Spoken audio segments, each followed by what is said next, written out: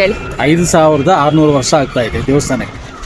ದ್ರೌಪಯುಗದಲ್ಲಿ ಯುದ್ಧ ಎಲ್ಲ ಆದ್ಮೇಲೆ ಬಾವುಟ ಇರ್ತದಲ್ಲ, ಅದು ತಗೊಂಡು ಬಂದು ಅರ್ಜುನ ಶ್ರೀಕೃಷ್ಣ ಇಬ್ರು ಬಂದು ಆ ಬಾವುಟನ್ನು ಇಲ್ಲೂ ಪ್ರತಿಷ್ಠಾಪನೆ ಮಾಡ್ತಾರೆ, ಆಂಜನೇಯ ಸ್ವಾಮಿ.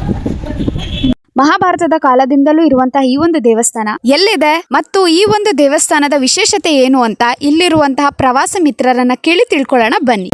ನಮಸ್ಕಾರ, ನನ್ನ ಹೆಸರು ಪಾರ್ವತಿ ಅಂತ. ನಾನಿಲ್ಲಿ ಪ್ರವಾಸಿ ಪೊಲೀಸ್ ಮಿತ್ರ ಆಗಿ ಕೆಲಸ ಮಾಡ್ತಾ ಇದ್ದೀನಿ. ಮುಳಬಾಗಿಲಿನ ಮೂಡಲಬಾಗಿಲು ಅಂತ ಸಹ ಕರೀತಾರೆ. ಇಲ್ಲಿನ ಇತಿಹಾಸ ಸುಮಾರು 5600 ವರ್ಷಗಳ ಹಿಂದಿನ ಇತಿಹಾಸ ಇದೆ.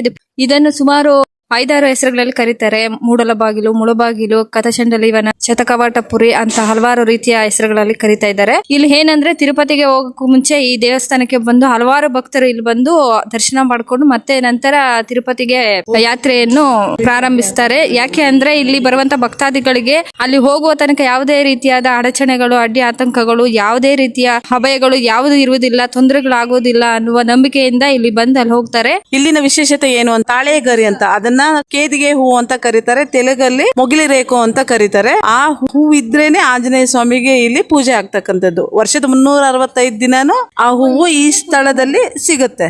ಮಿನಿಮಮ್ ಒಂದು ಹೂ ಆದ್ರೂ ಸಿಗುತ್ತೆ. ಯಾವತ್ತು ಇರಲ್ವೋ ಅವತ್ತು ಪ್ರಪಂಚ ವಿನಾಶ ಅಂತ ಹೇಳಿ ಇಲ್ಲಿ ಪ್ರತೀತಿ. ಇಷ್ಟೊಂದು ಇತಿಹಾಸ ಹೊಂದಿರುವಂತಹ ದೇವಸ್ಥಾನ ಎಲ್ಲಿದೆ ಅಂತ ನೋಡ್ತಿದ್ರ, ಇದು ಶ್ರೀ ಆಂಜನೇಯ ಸ್ವಾಮಿ ದೇವಸ್ಥಾನ ಮುಳಬಾಗಿಲಲ್ಲಿ ಇರುವಂತದ್ದು, ನಮ್ಮ ಕೋಲಾರ ಡಿಸ್ಟಿಕ್ ಅಲ್ಲಿ. ಬೆಂಗಳೂರಿಂದ ಜಸ್ಟ್ 3 ಅವರ್ಸ್ ಜರ್ನಿ ಅಷ್ಟೇ. ನೀವು ತಿರುಪತಿಗೆ ಹೋಗ್ಬೇಕು ಅಂದ್ರೆ ಇದೇ ರೂಟ್ ಅಲ್ಲೇ ಹೋಗ್ಬೇಕು. ಸೊ ಹೋಗ್ತಾ ಹಂಗೆ ಈ ಒಂದು ದೇವರ ದರ್ಶನ ಮಾಡ್ಕೊಂಡು ಹೋಗ್ಬೋದು.